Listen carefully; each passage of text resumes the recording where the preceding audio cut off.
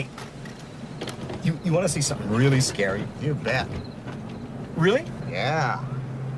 Okay, this is really, really scary now.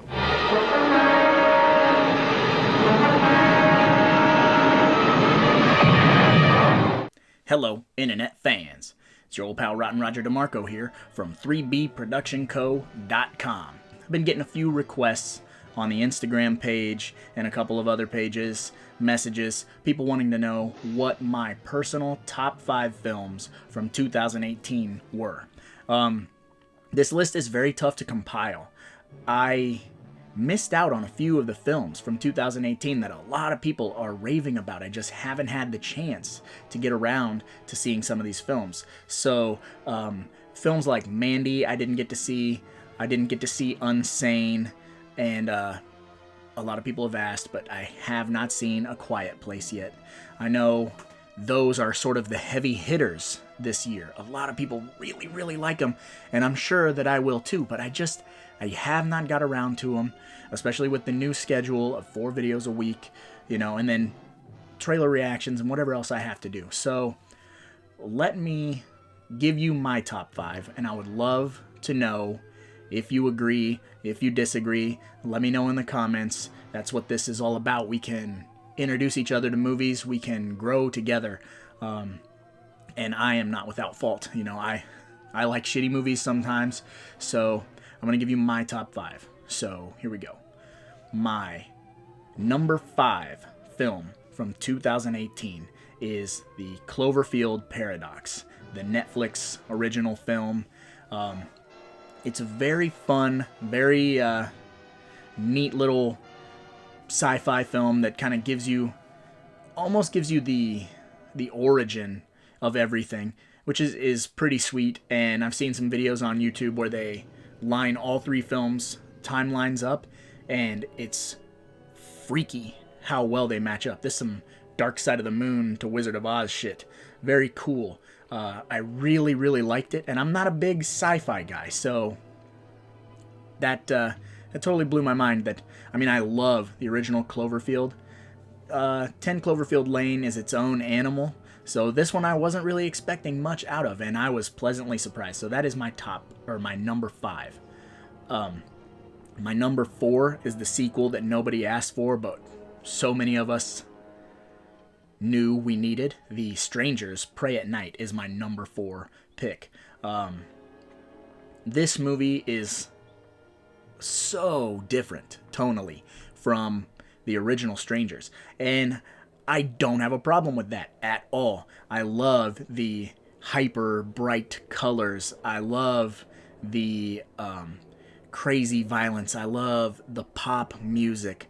All of these things make it really, really feel like an 80s horror movie. And I think that's what I like so much about it, is that, the first film is very grounded in reality. But by the time we get to part 2, we're totally in, like, Maniac Cop territory, I'm not going to spoil it for those of you who haven't seen it, but the killers are ridiculously tough. One scene in particular, and I love this movie. It got shit on pretty bad.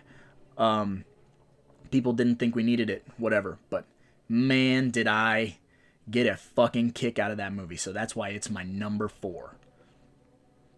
My number 3 film, I had to put it right in the middle because it could have been number 1, honestly. My number 3 film is Hereditary. Now, people either love this movie or they fucking hate this movie. It doesn't seem to have like an in-between audience. People aren't like, yeah, it was okay, or whatever. I don't think I've heard one person go, Hereditary was decent. It's either, holy fuck, Roger, you gotta see Hereditary, or don't waste your fucking time with that movie. I don't know whether it was just the place that I was at personally while watching this movie or what, but this movie had a very dark tone to it that right from the beginning, like, nothing much is happening, but I was very uneasy, very guarded, just while watching this movie. I wasn't sure where we were going. I wasn't sure that I was ready for the journey that this movie was taking me on. And when it got over, it was one of those movies, at least in this household, where it was like, yo, turn the light on for a minute, just kind of, let's just kind of ease back into reality. It caught me off guard, and it could have been number one on my list. It could have been bam, but I had to put it right in the middle because there's some other stuff that I really like as well that I felt like I needed to mention. My number 2 for 2018 goes without saying, the new Halloween film.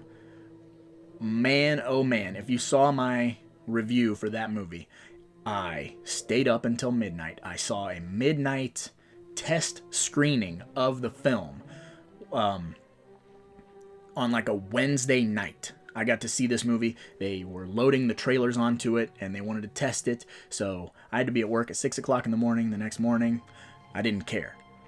Started the movie at like 12:30, blew through it, slept for a few hours, and went to work. And I was really, really impressed with that movie. It just seems like it was a movie that we desperately needed as horror fans.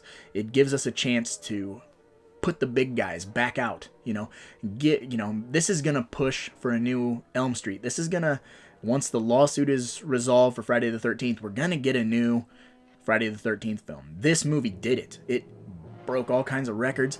Now that it's been out for a while and is getting ready to come out on Blu-ray, a lot of people are kind of like wearing off. It's wearing thin. Some people are going, it wasn't that good, or they saw it a couple more times and they start picking it apart. I saw it quite a few times in the theater because it's one of those things where if you don't pay the money to see this movie, it's not going to earn the money, and the big guys aren't coming back. So I had to put the money in Blumhouse's pocket and get us some more Halloween films. So that was my number 2 because god damn, it felt good to have Michael Myers back, and not on some redneck bullshit and not on some Busta Rhymes bullshit, just on some I'm Michael Myers and I'm coming for you. It was fucking super rad, which brings me to my number 1 pick for 2018. A little movie that I had been watching in the indie circuit, like swelling and getting attention. So when Shudder picked it up and put it on, as soon as it was on, boom, I went straight to it. And my number 1 pick is Summer of '84.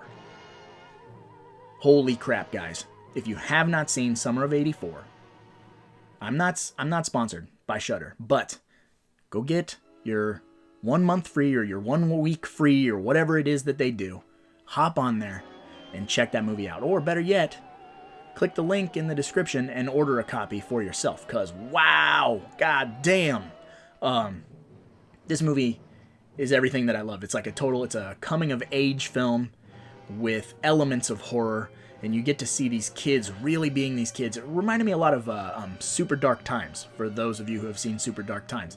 Just very realistic kid dialogue, My wife actually asked me a couple of times, is that really how adolescent boys talk when they're by themselves? And I was like, fuck yes, that's how 34-year-old guys talk when they're by themselves. That is us. It's burp and fart jokes and pussy jokes, and that's dudes. The majority of dudes that I know anyway. Very juvenile, we can be adult when we have to be, but that's dudes. We think farts are funny, okay? I fucking love this movie, guys. Wow. It was like Rear Window and, Stranger Things combined. It just has a really voyeuristic, just a true to life, coming of age, violent film that I could not get enough of. I have watched it a handful of times. I just keep going back to it. I think it's hilarious. I think it's violent. I think the fucking synth score is brilliant. So that is my top 5 for 2018. go ahead and leave a comment and let me know your top 5. I would love to hear some of these movies that slipped past my radar, because that's what I do. You know, there's a lot of movies out there and somebody's got to watch them. So why not me, right?